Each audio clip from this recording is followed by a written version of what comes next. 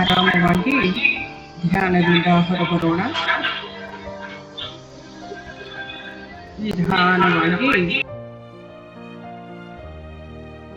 ಅಂದ್ರೆ ಒಂದು ಕಾರ್ಡಲ್ಲಿ ನೋಡಿ ಇಷ್ಟೆಲ್ಲ ವಿಷಯ ಇದೆ. ಬರೀ ಒಂದು ಫೂಲ್ ಅನ್ನೋಂಥ ಮೂರ್ಖ ಅನ್ನೋಂಥ ಕಾರ್ಡಿಂದ. ಹಾಗಾಗಿ ಆಳವಾದ ಅಧ್ಯಯನ, ಒಂದು 30 ದಿನಗಳ ಕಾಲ ನೀವು ಒಂದು ಡೆಕ್ ಅನ್ನ ತಗೊಂಡ್ರೆ ಅದರ ಬುಕ್ ಅನ್ನ ಉಪಯೋಗಿಸ್ಕೊಂಡು ಅದನ್ನು ಓದಿ ಮತ್ತೆ ಈ ಅರ್ಥಗಳನ್ನ ನೀವು ಸರಿಯಾಗಿ ಅರ್ಥೈಸ್ಕೊಳ್ಬೇಕು. ಆಗ ನೀವು ಪರ್ಫೆಕ್ಟ್ ಆಗಿರುವಂತ ಟ್ಯಾರೋ ರೀಡರ್ ಆಗ್ತೀರಾ. ಆಗ ನೀವು ಸುಮ್ಮನೆ ಏನಿಲ್ಲ, ಆರಾಮಾಗಿ ನೀವು ಮಿಕ್ಸ್ ಮಾಡ್ತೀರಾ. ವಿಷಯ ಕೇಳಿರ್ತಾರೆ, ಪ್ರಶ್ನೆ ಕೇಳಿರ್ತಾರೆ, ಆ ಪ್ರಶ್ನೆಗೆ ತಕ್ಕಾಗಿ ಉತ್ತರ ಏನು, ಸಜೆಷನ್ ಏನು, ಅವ್ರ ಜೀವನದಲ್ಲಿ ಏನಾಗಿದೆ, ಏನು ಮುಂದೆ ಬರುತ್ತೆ, ಈಗ ಪ್ರೆಸೆಂಟ್ ಅಲ್ಲಿ ಅವರು ವಾಸ್ತವ ಏನಿದೆ, ಅವರ ಮನಸ್ಥಿತಿ ಏನಿದೆ, ಅದಕ್ಕೆ ಏನ್ ಮಾಡ್ಕೋಬೇಕು ಅವರು ಅನ್ನೋದನ್ನ ತಿಳಿಸೋದಿಕ್ಕೆ ಸಿದ್ಧವಾಗ್ತೀರಾ. ಇದಿಷ್ಟು ಒಂದು ಕಾರ್ಡಿಂದ ಅಷ್ಟಾಗತ್ತೆ. ಆತರ 22 ಕಾರ್ಡು ಇದು ಮೇಜರ್ ಆರ್ಕಾನ. ಪ್ರೆಸೆಂಟ್ ಅಲ್ಲಿ ನೀವು ವಾಸ್ತವ, ಇವಾಗ ಪ್ರೆಸೆನ್ಸ್ ಅಲ್ಲಿ ನೀವು ಪ್ರೆಸೆಂಟ್ ಅಲ್ಲಿ ಸ್ವಲ್ಪ ಅವರಿಂದ ದೂರ ಇರಿ. ಯಾರು ನಿಮ್ಗೆ ಮಿಸ್ಗೈಡ್ ಮಾಡ್ತಿದ್ದಾರೆ ಅವರನ್ನ ಗಮನಿಸಿ ದೂರ ಇರಿ ಅನ್ನೋದನ್ನ ತೋರಿಸುತ್ತೆ. ಹಾಗೆ ಒಂದೊಂದಕ್ಕೂ ಒಂದೊಂದು ಅರ್ಥ ಇದೆ, ಅದನ್ನ ತಿಳ್ಕೊತಾ ಹೋಗ್ತೀರಾ. ಬಟ್ ಅಂತ ಟೈಮಲ್ಲಿ ಕೆಲವೊಂದ್ಸರಿ 3 ಆಫ್ ಸಾರ್ಟ್ಸ್ ಇದೆ ಅಲ್ವಾ ಮ್ಯಾಮ್, ಹಾರ್ಟ್ಗೆ ಹಿಂಗೆ ಚುಚ್ಚಿರೋದು, ಆ ಥರದ ಕಾರ್ಡ್ ಬಂದ್ಬಿಟ್ಟಿರುತ್ತೆ. ಆವಾಗ ನಾವು ಯಾವ ಥರ ಅವ್ರಿಗೆ ಹೇಳಬೇಕು? ಆವಾಗ ಅದರ ಅಕ್ಕಪಕ್ಕದಲ್ಲಿ ಯಾವ ತರ ಕಾರ್ಡ್ ಬರುತ್ತೆ ಅಂತ ನೋಡಿ. ಆಮೇಲೆ ಅವ್ರ ಸಿಚುಯೇಷನ್ ಬಗ್ಗೆ ನಿಮ್ಗೆ ಚೆನ್ನಾಗಿ ಗೊತ್ತಿರುತ್ತಲ್ವಾ, ಮುಖಲ್ಪಾಲು ಅವ್ರು ಹೇಳಿರ್ತಾರೆ, ಬೇರೆ ಪ್ರಶ್ನೆ ಕೇಳಿರ್ತಾರೆ, ಈ ತರ ಇದೆ ಪರಿಸ್ಥಿತಿ ಇದೆ, ಏನ್ ಮಾಡ್ಬೇಕು ಅಂತ. ಇವಾಗ ಹಾರ್ಟ್ಗೆ ಚುಚ್ಚಿರೋ ಅಂತದ್ದು ಅಂದ್ರೆ ಇವಾಗ ಪ್ರೆಸೆಂಟ್ ಅಲ್ಲಿ ನಿಮ್ಗೆ ತುಂಬಾ ನೋವಾಗಿದೆ ಅನ್ನೋದನ್ನ ಸೂಚಿಸ್ತಾ ಇದೆ. ಅಥವಾ ಪಾಸ್ಟ್ ಅಲ್ಲಿ ನೀವು ತುಂಬಾ ನೊಂದ್ಬಿಟ್ಟಿದ್ದೀರಾ, ಸಾಕಷ್ಟು ಕಷ್ಟಗಳು ಬಂದಿದೆ, ಆದ್ರಿಂದ ನೀವು ಹೊರಗಡೆ ಬರುವಂತ ಸಮಯ ಅಂತ ನೆಕ್ಸ್ಟ್ ಕಾರ್ಡ್ ಇರ್ಬೋದು. ನೆಕ್ಸ್ಟ್ ಕಾರ್ಡ್ ಅಲ್ಲಿ ನಿಮ್ಗೆ ಏನ್ ಬರ್ತಾ ಇದೆ ಅನ್ನೋದ್ರ ಮೇಲೆ ನಿಮ್ ಉತ್ತರ ಡಿಪೆಂಡ್ ಆಗುತ್ತೆ. ಮತ್ತೆ ಆ ಇನ್ನೊಂದೆರಡು ಕಾರ್ಡ್ ಅನ್ನ ತೆಗೆದಾಗ ನೀವು ಮುಂದೆ ಜೀವನದಲ್ಲಿ ಹೇಗಿರ್ಬೇಕು ಅನ್ನೋದು ಕ್ಲಾರಿಟಿ ಸಿಕ್ಬಿಡುತ್ತೆ ನಿಮ್ಗೆ.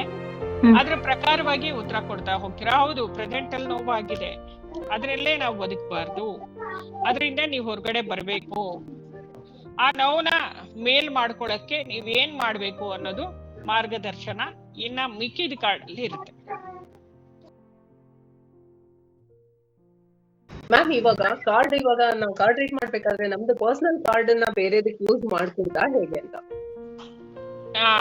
ಅದೇ ಇವಾಗ ನಮಗ್ ಗೊತ್ತಿರೋದಿಲ್ಲ ಬೇರೆಯವರಲ್ಲಿ ಏನ್ ನೆಗೆಟಿವಿಟಿ ಇದೆ, ಅವ್ರ ಜೀವನದಲ್ಲಿ ಏನ್ ನಡೆದಿದೆ, ಅಥವಾ ಅವ್ರ ಜೀವನಕ್ಕೆ ಯಾರ್ಯಾರು ಏನೇನ್ ಮಾಡ್ಸಿದಾರೆ ಅನ್ನೋದು ಗೊತ್ತಿರಲ್ಲ. ಸದ್ಯಕ್ಕೆ ನನ್ನ ಹತ್ರ ಫಸ್ಟ್ ಒಂದೇ ಇದ್ದಿದ್ದು ಡೆಕ್ಕು. ಧನ್ಯವಾದಗಳು. ನಿಮ್ಮ ಪಾರ್ಟಿಸಿಪೇಷನ್ ನಿಜವಲ್ಲೂ ತುಂಬಾ ಸಂತೋಷದಾಯಕವಾಗಿತ್ತು, ಖುಷಿಯಾಗಿತ್ತು. ಟೈಮ್ ಮಾಡ್ಕೊಂಡು ಬಂದು ಈ ತರ ಹೊಸ ಹೊಸ ವಿಚಾರಗಳನ್ನ ಕಲಿತಾ ಇದ್ದೀರಾ, ನಿಜವಾಗ್ಲೂ ಬಹಳ ಸಂತೋಷ ಆಗುತ್ತೆ. ನಮ್ಮ ಒಂದು ಮುಖ್ಯವಾದ ಉದ್ದೇಶ ಏನಂತಂದ್ರೆ, ನಮ್ಮ ಜೀವನದಲ್ಲಿ ನಾವು ಎಷ್ಟೋ ಕಷ್ಟ ಸುಖ ಎರಡನ್ನೂ ನೋಡ್ಕೊಂಡು ಹೋಗ್ತಾ ಇರ್ತೀವಿ. ಕಷ್ಟ ಬಂದಾಗ ಯಾಕೆ ಬಂತು ಅಂತ ತಲೆ ಕೆಡಿಸ್ಕೊಳ್ತೀವಿ, ಒದ್ದಾಡ್ತೀವಿ. ಆ ಒಂದು ಪರಿಸ್ಥಿತಿ ಇನ್ ಮುಂದೆ ನಮಗ್ ಬರಬಾರ್ದು. ಅಟ್ಲೀಸ್ಟ್ ನಾವು ಮುಂದೆ ಬೇರೆಯವ್ರಿಗೆ ಪ್ರೊಡಿಕ್ಷನ್ ಏನ್ ಹೇಳ್ತೀವಿ ಬಿಡ್ತೀವಿ, ಅದು ಮುಂದಿನ ಹಂತ. ಅಟ್ಲೀಸ್ಟ್ ನಮ್ಮ ಜೀವನದಲ್ಲಿ ಮತ್ತೆ ನಾವು ಯಾತಕ್ಕೆ ಕಷ್ಟ ಬಂತು ಅಂತ ನಾವು ಬರ್ದಾಡ್ಬಾರ್ದು. ಅದಕ್ಕೆ ನಮ್ಗೆ ಒಂದು ಸೊಲ್ಯೂಷನ್ ಸಿಗ್ಬೇಕು. ಸೊ ನಮ್ಮ ಹತ್ರ ಇರೋ ಅಕಲ್ಟ್ ಸೈನ್ಸ್ಗೆ ಸಂಬಂಧಪಟ್ಟಂತ ಎಲ್ಲಾ ವಿಚಾರಗಳು, ಅದು ಪೆಂಡಿಲಮ್ ಆಗಿರ್ಬೋದು, ಟ್ಯಾರೋ ಕಾರ್ಡ್ ರೀಡಿಂಗ್ ಆಗಿರ್ಬೋದು, ಧ್ಯಾನಗಳಾಗಿರ್ಬೋದು, ಅಥವಾ ಮುಂದೆ ನಿಮ್ಗೆಲ್ಲರಿಗೂ ಇಂಟ್ರೆಸ್ಟ್ ಇದ್ರೆ ನ್ಯೂಮರಾಲಜಿನೂ ಶುರು ಮಾಡೋಣ. ಸೊ ನಾನು ನ್ಯೂಮರಾಲಜಿ ಕಲ್ತಿದ್ದೀನಿ, ಸೊ ಹಾಗಾಗಿ ಅದನ್ನು ಹೇಳ್ಕೊಡ್ಬಲ್ಲೆ. ಈ ತರದನ್ನೆಲ್ಲ ಕಲ್ತಾಗ ಏನ ಅನುಕೂಲ ಆಗತ್ತೆ ಅಂದ್ರೆ, ಅಟ್ಲೀಸ್ಟ್ ನಮ್ಮನ್ನ ನಾವು ಸರಿಪಡಿಸ್ಕೊಂಡು ಒಂದು ಸರಿ ದಾರಿನಲ್ಲಿ ಹೋಗೋದಕ್ಕೆ ಅನುಕೂಲ ಆಗುತ್ತೆ ಅನ್ನೋದು ನಮ್ಮ ಮುಖ್ಯ ಉದ್ದೇಶ. ಎಲ್ಲರೂ ಸುಖವಾಗಿರೋಣ ಅನ್ನೋದೇ ಅಕ್ಕನ ಉದ್ದೇಶ, ನನ್ನ ಉದ್ದೇಶ ಕೂಡ. ಎಲ್ಲರೂ ಚೆನ್ನಾಗಿರೋಣ, ಎಲ್ಲರೂ ಸುಖವಾಗಿರೋಣ, ಆ ತಾಯಿ ಆಶೀರ್ವಾದದಿಂದ ಆರಾಮಾಗಿರೋಣ. ಇಷ್ಟನ್ನೆಲ್ಲ ವಿಚಾರ ತಿಳಿಸ್ಕೊಟ್ಟ ಅಕ್ಕನಿಗೆ ಧನ್ಯವಾದಗಳು ಅಕ್ಕ. ಥ್ಯಾಂಕ್ ಯು ಅಕ್ಕ. ನಿಸ್ವಾರ್ಥವಾಗಿ ಯಾವುದನ್ನು ಮನಸ್ಸಿನಲ್ಲಿ ಇದಿಟ್ಕೊಳ್ದೇನೆ, ನಾನ್ ಮಾತ್ರ ಚೆನ್ನಾಗಿರ್ಬೇಕು ಅನ್ನೋ ಉದ್ದೇಶ ಇಲ್ದೇನೆ, ನಂತರನೇ ಎಲ್ಲರೂ ಕಷ್ಟಪಟ್ಟಿರೋರೆ, ಎಲ್ಲರೂ ಸುಖವಾಗಿರ್ಲಿ ಅನ್ನೋ ಉದ್ದೇಶದಿಂದ ಹೇಳ್ಕೊಡ್ತೀಯ, ಒಳ್ಳೆ ಮನಸ್ಸಿಂದ ಹೇಳ್ಕೊಡ್ತೀಯ.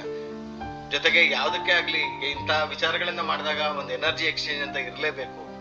ಇದನ್ನ ದಯವಿಟ್ಟು ನಿಮ್ಮಲ್ಲಿ ಕೇಳ್ಕೊಡೋದು ಅಷ್ಟೇ. ನಾಳೆ ನೀವ್ ಯಾರಿಗಾರು ಹೇಳಿದ್ರು ಕೂಡ ಯಾವುದೇ ಕಾರಣಕ್ಕೂ ಅವರ ಪಾಪವನ್ನ, ಅವರ ಕರ್ಮವನ್ನ ಹೊರುವಂತ ಜವಾಬ್ದಾರಿ ನಿಮಗೆ ಬೇಡ. ದಯವಿಟ್ಟು ಅವ್ರ ಕೈಲಿ ಏನಾಗುತ್ತೋ ಅಷ್ಟು ನೀವು ಒಂಚೂರು ದುಡ್ಡು ಅಂತ ಆಗ್ಲಿ ಅಥವಾ ಬೇರೆ ಏನಾದ್ರು ಆಗ್ಲಿ ಒಂದು ಎನರ್ಜಿ ಎಕ್ಸ್ಚೇಂಜ್ ಅಂತ ಇಟ್ಕೊಳ್ಳಿ. ಹಾಗೆ ಮಾತ್ರ ಯಾವ ಕಾರಣಕ್ಕೂ ಮಾಡಬೇಡಿ. ಈಗಿರೋದೇ ಸಾಕಾಗಿದೆ, ಇನ್ನು ಹೊಸದಾಗಿ ತಂದ್ಕೊಳ್ಳೋಂಥದ್ದು ಬೇಕಾಗಿಲ್ಲ. ಓಕೆ, ಸೊ ಇಷ್ಟು ಹೇಳಿ ಇವತ್ತಿನ ಕ್ಲಾಸ್ ಮುಗಿಸೋಣ. ಎಲ್ಲರಿಗೂ ಧನ್ಯವಾದಗಳು. ಥ್ಯಾಂಕ್ ಯು ಅಕ್ಕ.